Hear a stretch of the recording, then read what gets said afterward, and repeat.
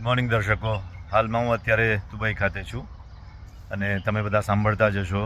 ઘણા આપણા સ્નેહીઓ, સગા સંબંધીઓ બધા ચિંતાની સ્થિતિમાં છે કે દુબઈમાં જે આપણે ઇન્ટરનેટ ઉપર તેમજ ટીવીમાં અને ન્યૂઝપેપરમાં જે બધા સાંભળે છે એના ઉપરથી ઘણી ચિંતિત થઈ ગયા છે બધા કે આપણા બધા સ્નેહોને ત્યાં હાલત કેવી હશે.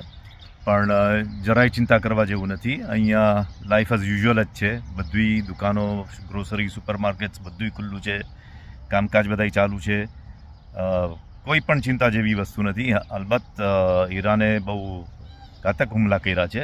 લગભગ 700 જેટલા મિસાઇલ, ડ્રોન તથા ક્રુઝ મિસાઇલ્સના ઉપયોગ કર્યા છે અને ઓલમોસ્ટ બધાય યુએઈના ડિફેન્સ ફોર્સીસે ઇન્ટરસેપ્ટ કરી અને નિષ્ફળ કરી દીધા છે.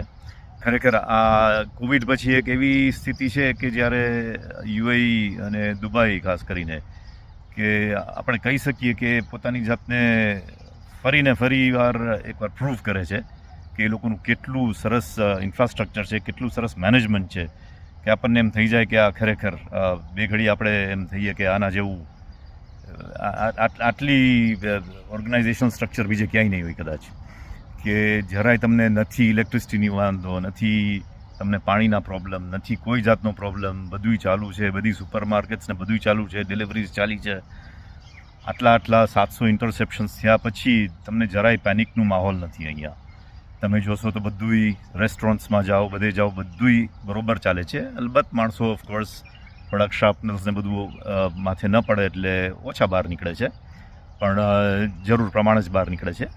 પણ એનો અર્થ એમ નથી કે ભાઈ લાઈફ્સ બધી સ્ટોપ થઈ ગઈ છે અને ખરેખર કોઈ ચિંતા જેવું ઓલું નથી. મને ઇનફેક્ટ હું એક યુરોપિયન સાથે વાત કરતો હતો કે આના કરતાં તો કે મને યુરોપમાં વધારે ચિંતા થાય છે કે અહીંયા જેટલું ત્યાં કદાચ હું 4 દિવસ કે 5 દિવસ રોકાવ એમને તો આમથોય મને લૂંટી જશે. પણ અહીંયા દુબઈમાં તો કોઈ જાતનો આટલી લડાઈ ચાલે છે તો બી કોઈ જાતની ચિંતા જેવું માહોલ નથી. અને આજે બધા ટુરિસ્ટ છે જે સલવાઈ ગયા છે, બધાને ગવર્મેન્ટે કીધું છે કે જે ચેકઆઉટ ડેટ હોય એ પછી જ્યાં લગી પ્લેન ચાલુ ન થાય ત્યાં લગી બધાના હોટેલના બિલ, હોટેલોનો ઇન્સ્ટ્રક્શન્સ આપી દીધી છે કે સીધા ગવર્મેન્ટને જ મોકલવા અને કોઈ બી ટુરિસ્ટ પાસેથી કાંઈ માંગવું નહીં અને એ લોકોને એકદમ સારી રીતે હોસ્ટ કરવા એ લોકોની હોટેલ્સમાં. એવી જ રીતે કોઈને બી સગવડતા કાંઈ જતું હોય એમ જ. એવી જ રીતે આપણા ભારતીયો એવા કેટલા છે જેને કીધું છે કે ભાઈ તમને ચિંતા જેવું લાગે તો અમારા ફાર્મ હાઉસમાં આવી જાજો.